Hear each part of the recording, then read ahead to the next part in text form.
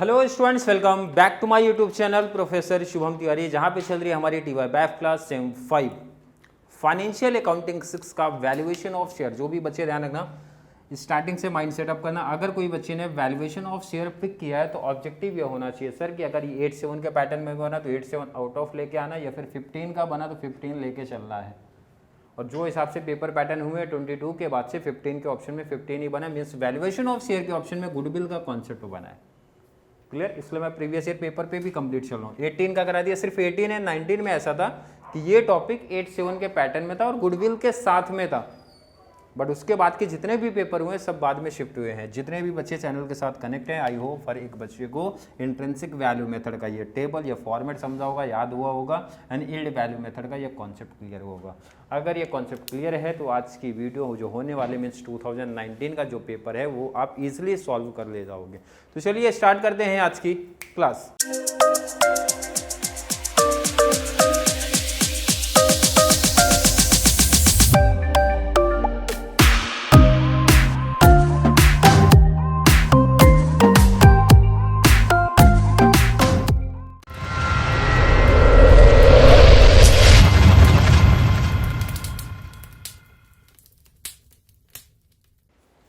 चलिए, क्वेश्चन आपके सामने आ गया। बैलेंस शीट का डिटेल देके रखा है भाई। Company transfer 20% of its profit after tax to general reserve. कितना ट्रांसफर करना चाहते हैं सर? 20%। अब देखो, जो बच्चे क्लास 1 से है तो उसको तुरंत समझ जाएगा सर जनरल रिजर्व कहाँ पे ट्रांसफर की बात करते हैं, ट्रांसफर टू रिजर्व। कितना परसेंट बात किए हैं? 20%। तो सर यहाँ पे 20% लिखना है। किसका ट्रांसफर होगा भाई? एवरेज प्रॉफिट आफ्टर टैक्स का होता है। अभी कैलकुलेशन करेंगे। क्लियर है? इसमें किसी को डाउट नहीं है। देखो, जो बच्चा मैंने बताया स्टार्टिंग 1 से क्लास से देख रहे हैं तो समझ जाएगा ट्रांसफर टू रिजर्व कितना परसेंट है, 20% है। आगे का डिटेल से भाई, net profit before taxation, before and after का क्लियर है, थोड़ा दूर रखना। बिफोर टैक्सेशन मतलब बिफोर टैक्स की बात कर रहे हैं। कितना दे के रखा है, कितने साल का? जब देखो इधर 2 से 3 साल 4 साल का दिया तो इसका मतलब एवरेज नहीं है, इसलिए इसको मैंने स्टार्टिंग क्लास से हाईलाइट करा है। एवरेज करना है, एवरेज नहीं है तो एवरेज करना हमारे लिए बहुत आसान है। कितने साल का प्रॉफिट है सर? 3 ईयर का। 3 ईयर का प्रॉफिट कैलसी ले लो। कैसे एवरेज करना है? फर्स्ट ईयर का प्रॉफिट 544, सब बच्चों को सामने दिख रहा है, प्लस सेकेंड ईयर का प्रॉफिट 732, प्लस थर्ड ईयर का प्रॉफिट कितना है? 788। 788 डिवाइड बाई 3। ये चीज़ ध्यान रखना है, यहाँ पे मिस्टेक नहीं होना चाहिए। अगर किसी ईयर लॉस रहेगा तो लॉस माइनस हो जाएगा, ये मेंशन कर दे रहा हूँ। इनकेस अगर ऐसा हो तो सर यहाँ पे लॉस है तो लॉस माइनस होगा। सेम वही rule, profit add loss minus हो जाएगा। नहीं तो एग्जाम में इनकेस ऐसा है तो बच्चों को डाउट होगा, इग्नोर नहीं करना, लॉस माइनस होगा। और डिवाइड बाई जितना ईयर है 1 2 3 कर दो तो हमें क्या मिलेगा? एवरेज मिलेगा। कितना आ रहा है? 6,88,000। कितना है? एवरेज आ गया 688। एवरेज कितना है भाई? क्लियर है? अगर 3 साल 4 साल का प्रॉफिट है तो उसको आप इजीली एवरेज कर सकते हो। आगे का डिटेल्स पढ़ते हैं। मशीन का न्यू वैल्यू दे के रखा है, तो मशीन का न्यू वैल्यू मैं यहाँ पे लिख देता हूँ। कहाँ पे यूज होता है, किस मेथड में? इंट्रिंसिक वैल्यू में। तो मशीन का न्यू वैल्यू कितना दिया है? न्यू वैल्यू कितना दिया है क्वेश्चन में? 637,200। 637,200। क्लियर हो गया? आगे का डिटेल्स बात करेंगे। Average yield in the type of business is 20%। ये बेसिकली आपका क्या होता है भाई? Normal rate of return. कहाँ पे यूज है? इधर। कितना परसेंट है? 20% है। कहाँ पे? 20%। कितना परसेंट है भाई? 20% नहीं करना क्योंकि ऑलरेडी मल्टीप्लाई 100 लगा रहे हैं। ठीक है? नॉर्मल रेट ऑफ रिटर्न कितना है? 20%। टैक्स रेट कितना देके रखा है? 50%। टैक्स रेट हमारा कहाँ पे आएगा? टैक्स रेट यहाँ पे आएगा भाई 50%। क्लियर? तो चलो कैलसी ले लो। 688 का 50% निकाल लो। 344। और टैक्स हम लोग क्या करते हैं? माइनस करते हैं। तो क्या मिलेगा? एवरेज प्रॉफिट आफ्टर टैक्स कितना आया? सेम आ जाएगा। ट्रांसफर टू रिजर्व कितना मेंशन था? 20%। तो कितने पे 344 का कितना है 68,000 माइनस ले लो, माइनस ले लो 2,75,200 क्लियर है। फॉर्मेट आगे का डिटेल बता रहा है भाई, डिविडेंड को माइनस कर दो। डिविडेंड मतलब होता है प्रेफरेंस शेयर। कैपिटल क्वेश्चन में दिया है क्या, बिल्कुल नहीं मेंशन है, बैलेंस शीट में दिख नहीं रहा तो नहीं मेंशन है, तो प्रेफरेंस डिविडेंड हमारा क्या रहेगा भाई, नील हो जाएगा। मीन्स कुछ भी नहीं लिखने का, और कुछ भी नहीं तो यही जो सेम अमाउंट है ये हमारा बन जाएगा net profit for equity share holder. देखो ना, यील्ड वैल्यू का कॉन्सेप्ट हमारे लिए बहुत सिंपल बन गया है। कैपिटलाइजेशन वैल्यू का कॉन्सेप्ट क्या है, net profit for equity share holder कितना मिला है भाई 275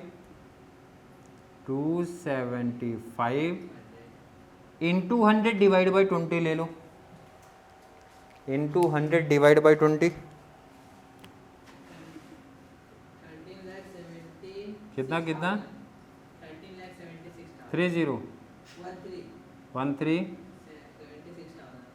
76,000। आई होप हर एक बच्चे का यही आया होगा। लास्ट है कैपिटलाइजेशन वैल्यू जो मिला 1376 divide by number of share. Number of share balance sheet में मिल जाएगा 50,000, क्लियर मेंशन है, तो डिवाइड बाई 50,000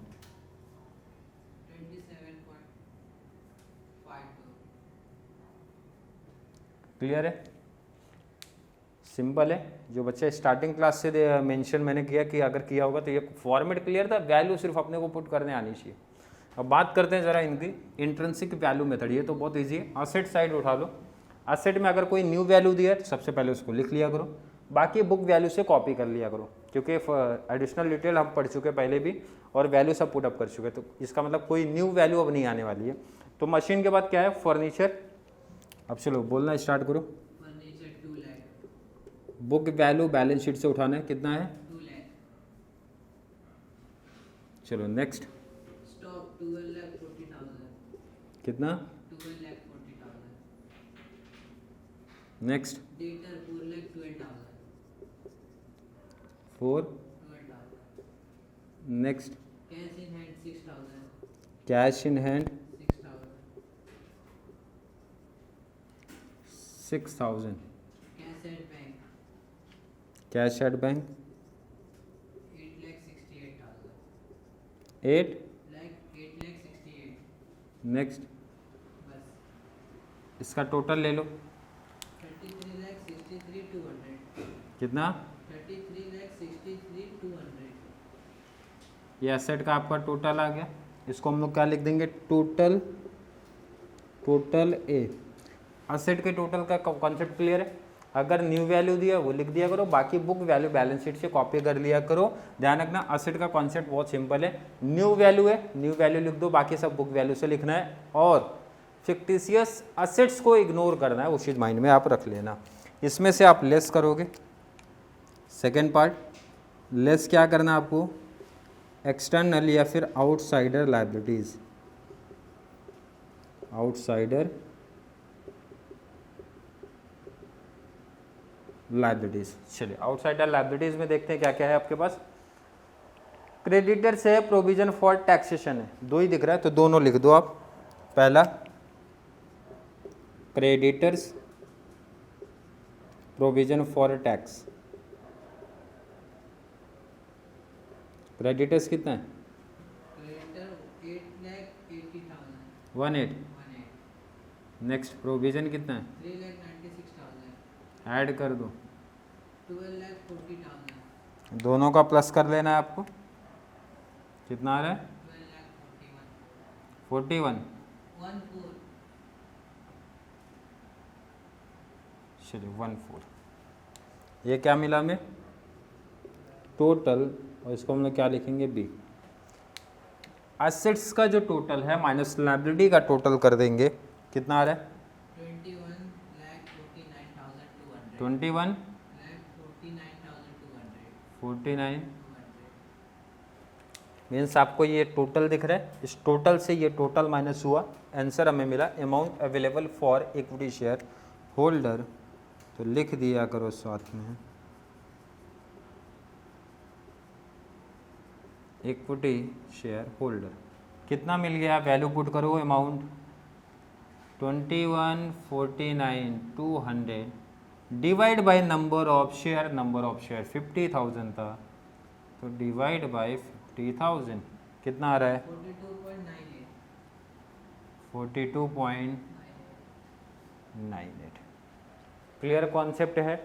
क्वेश्चन में क्या बोला था, कौन सा मेथड है, यही दोनों मेथड की बात किया था। अगर फेयर वैल्यू आपको पूछा जाएगा तो दोनों आंसर को प्लस करके डिवाइड बाय 2 कर देना है। क्लियर है, नोट कर लो पहले, आप इसको नोट कर लो।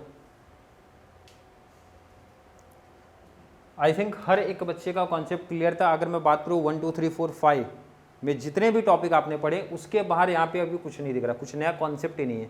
अगर मैं इंट्रेंसिक की बात करूँ, क्या माइंड में याद रखना, असेट के कॉन्सेप्ट में असेट अगर कोई न्यू वैल्यू दिया है तो न्यू वैल्यू का यूज़ करना है, बाकी सब बुक वैल्यू से कॉपी कर लेना है, फिक्टिशियस असेट्स को इग्नोर कर देना है।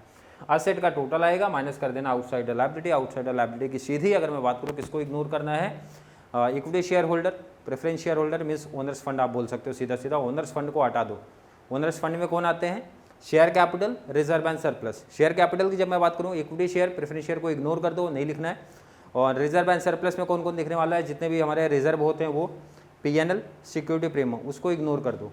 बाकी जो बचे आउटसाइडर लायबिलिटी, अगर इसके बाद ध्यान रखना बी करने के बाद माइनस करना। अगर क्वेश्चन में प्रेफरेंस शेयर कैपिटल दिया है तो भाई उसके बाद माइनस होगा। क्लियर है, देन हमें जो अमाउंट आता है इक्विटी शेयर होल्डर के लिए बचेगा, divide by number of share question में गिवन पार्टी में ही होगा। जब आप इल्ड पे जाते हो तो ये चीज़ ध्यान रखना, एवरेज करना है, वो भी बिफोर टैक्स से आफ्टर टैक्स से एक क्लियरिटी लेने का। अगर एवरेज नहीं किया तो इस पैटर्न में हमेशा एवरेज कर लिया करो। मतलब कॉन्सेप्ट आई होप समझा होगा, क्या चल रहा है, क्या पैटर्न है, इल्ड मेथड क्या बता रहा है, किस टाइप से इसको फॉलो करना है। क्लियर है, आई थिंक हर एक बच्चे का कॉन्सेप्ट यहाँ तक क्लियर होगा। फिर भी किसी बच्चे को आज की क्लास को लेके कोई भी डाउट, कोई भी कन्फ्यूजन क्रिएट होता है तो ज़रूर नीचे कमेंट में ऐड करें, या फिर कॉन्सेप्ट क्लियर है, वीडियो आपको थोड़ी सी भी हेल्पफुल लग रही है तो वीडियो को ज़्यादा से ज़्यादा TY बैफ वाले बच्चों को ज़रूर शेयर करें ताकि उनको इस चैनल से बहुत सारा बेनिफिट्स मिल सके। तो चलिए मिलेंगे अगली क्लास में, तब तक के लिए थैंक यू सो मच।